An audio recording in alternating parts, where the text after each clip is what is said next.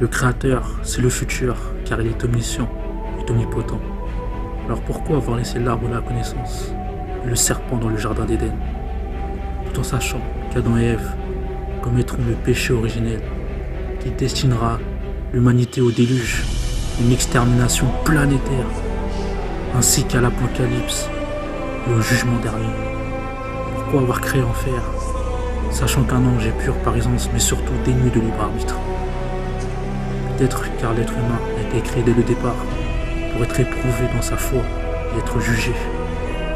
L'enfer a donc été créé spécialement par Dieu pour y torturer les infidèles qui iront dans la géhenne pour l'éternité.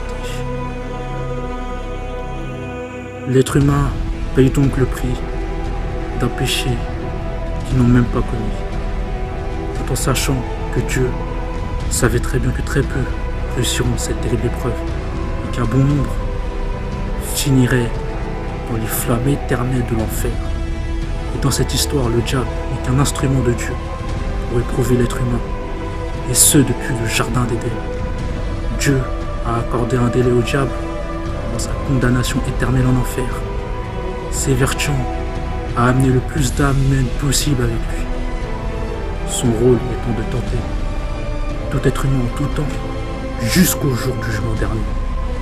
Donc le diable agit selon la volonté de Dieu, en servant de pion pour le test ultime sur terre des êtres humains. Et le maître de l'enfer, ce n'est pas le diable, mais Dieu lui-même.